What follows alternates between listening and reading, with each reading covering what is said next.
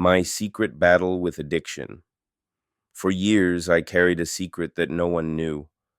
On the surface, I was just like everyone else, functional, composed, seemingly in control. But behind closed doors, I was fighting a battle that consumed me. My addiction wasn't something obvious, it wasn't drugs or alcohol. It was something more insidious, something that slowly took hold of me without anyone noticing. And the worst part? I had convinced myself that as long as no one knew, it wasn't real. It started small, as these things often do. A harmless distraction, a way to escape stress. I told myself I had it under control, that I could stop anytime I wanted. But addiction is a master of deception, and soon my habits became rituals, my choices became compulsions. I structured my life around it, making sure no one would ever suspect what I was doing. I would find excuses, create stories, rearrange my schedule just to make time for it. It was my secret comfort, my hidden indulgence, and I clung to it even as it started taking pieces of me away. Hiding it became second nature. I learned how to mask the signs, how to maintain a perfectly normal facade. My friends and family never questioned me. I was always on time, always present, always appearing fine. I became an expert at deflecting, changing the subject, laughing things off. But inside, I was exhausted. The weight of secrecy was crushing. Every conversation felt like walking on a tightrope, every gathering an opportunity to slip up. I lived in constant fear of someone seeing through my carefully crafted illusion. At night, when the world was quiet, I'd lie awake, consumed by guilt. I wanted to stop. I needed to stop. But the more I tried, the harder it pulled me back.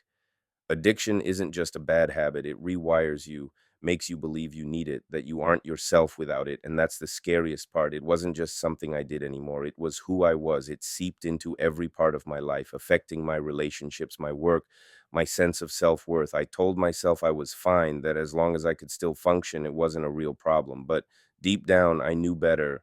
I hit my breaking point on a random Tuesday. It wasn't a dramatic moment, no big revelation.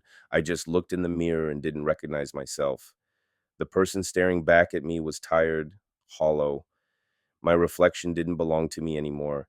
It belonged to the addiction, to the endless cycle I had trapped myself in.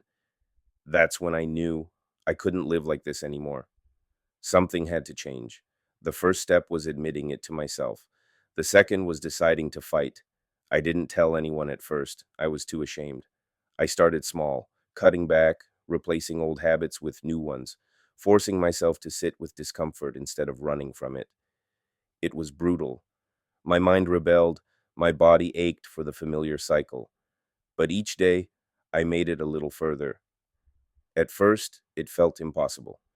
The cravings, the anxiety, the voice in my head telling me to just give in, but I kept going, kept pushing forward, even when it felt like I was making no progress at all. Eventually, I told someone, not everyone, just one person I trusted, and for the first time, I wasn't alone.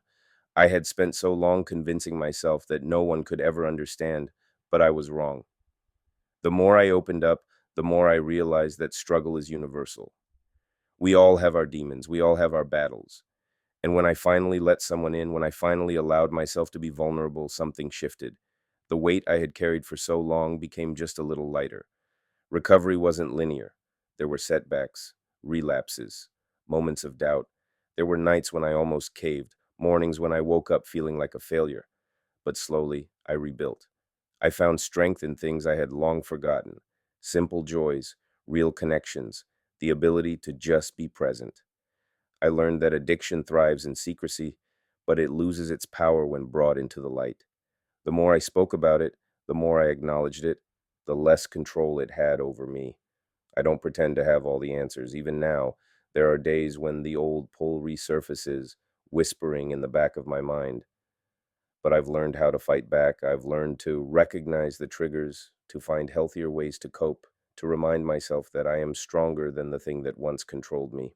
And most importantly, I've learned that I'm not alone. If you're struggling, know this. Your secret doesn't have to define you. The first step is the hardest, but you don't have to take it alone. There is help, there is hope, and no matter how deep into the darkness you feel, there is always a way out.